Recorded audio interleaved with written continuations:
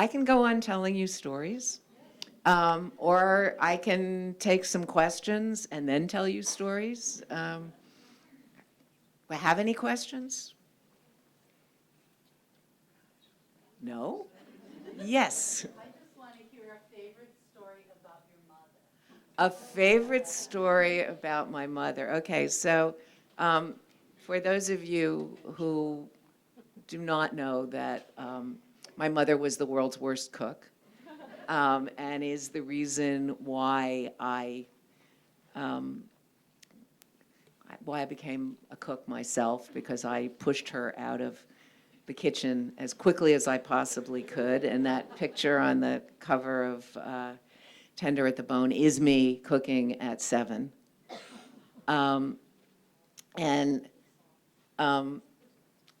Okay, so let me think of the thing about my mother that was truly wonderful was, she was truly taste blind. And,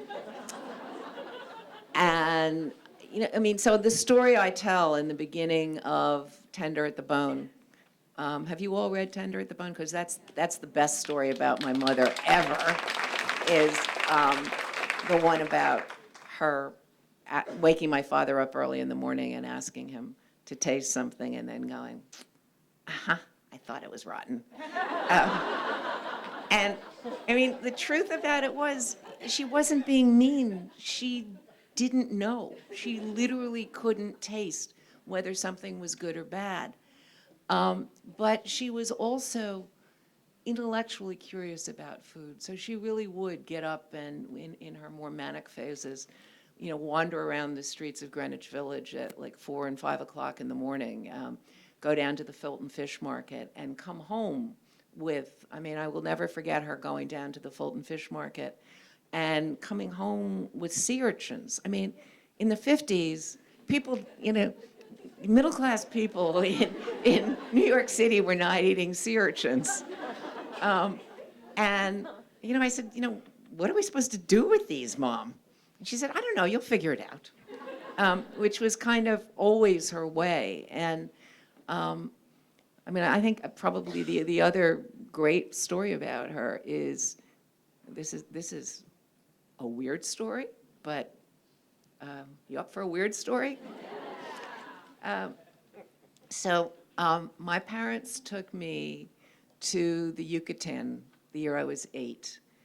And we were then supposed to go on to visit, my parents had a friend who had a house in Guatemala. But when we were in Mérida, we had a tour guide who had a daughter, Rosita, who was my age.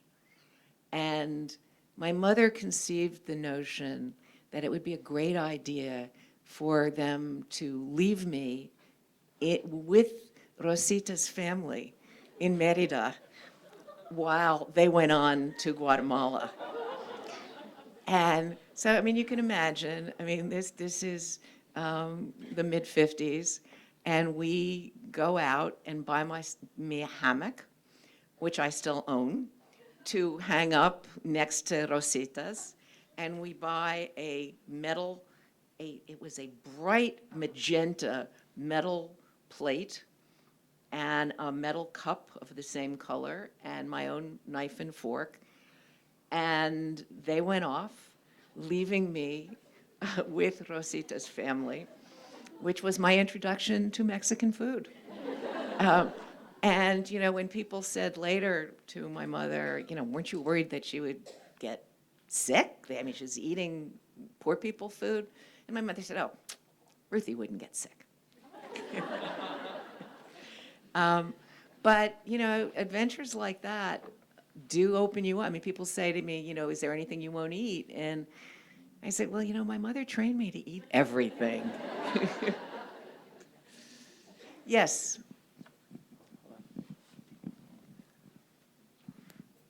When you contemplated taking the editor role at Gourmet Magazine, what was your biggest, boldest vision that you hoped they would bring the support and resources behind you to accomplish?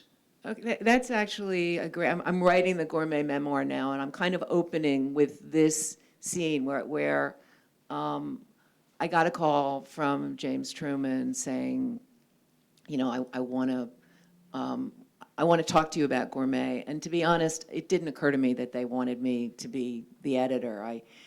We had an editor at the New York Times who had been bragging. He had a very cushy consulting deal with, you know, newspaper people don't make a lot of money.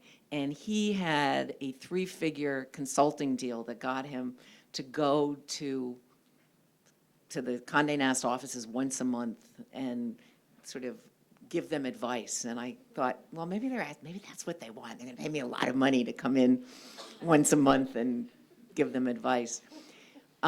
So I met James for tea, and when he sort of dropped this, we want you to be the editor of Gourmet, I was like, what?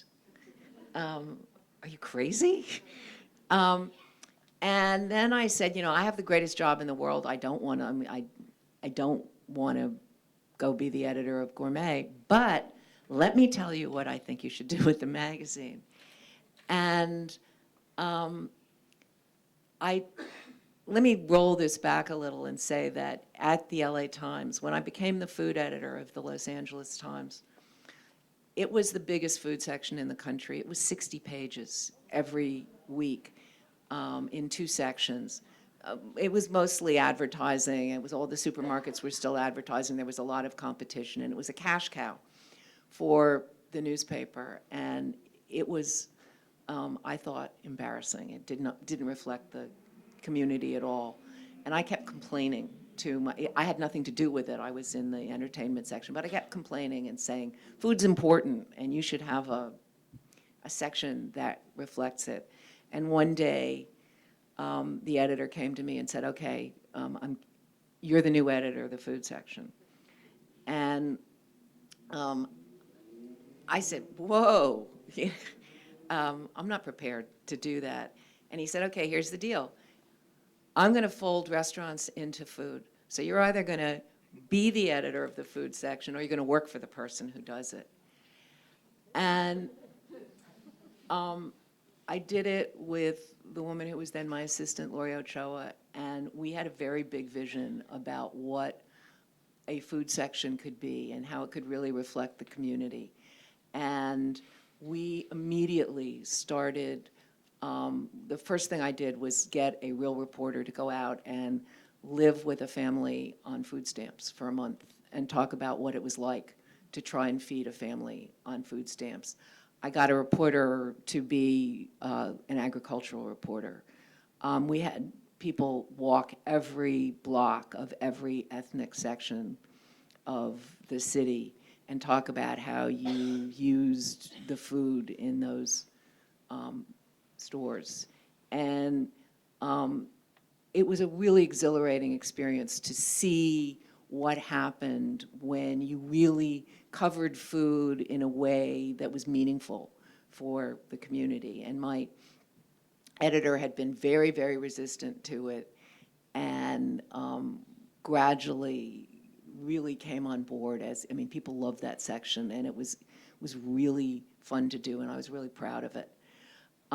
So I started saying to James, you know, you could do on a national level, I mean, this is 1999. I said, you know, food is really changed in ways that people don't understand. You know, what is genetic modification? What does it mean for us?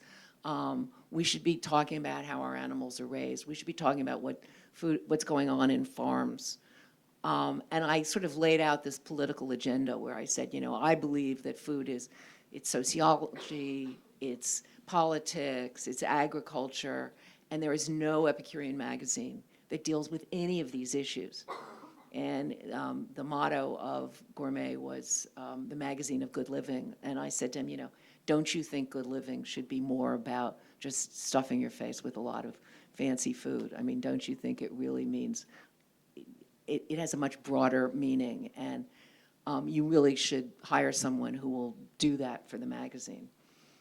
And James said to me, you know, I came here thinking I wanted an elegant dinner party, and you've persuaded me that I should be looking for so much more. And And so that was my vision for the magazine.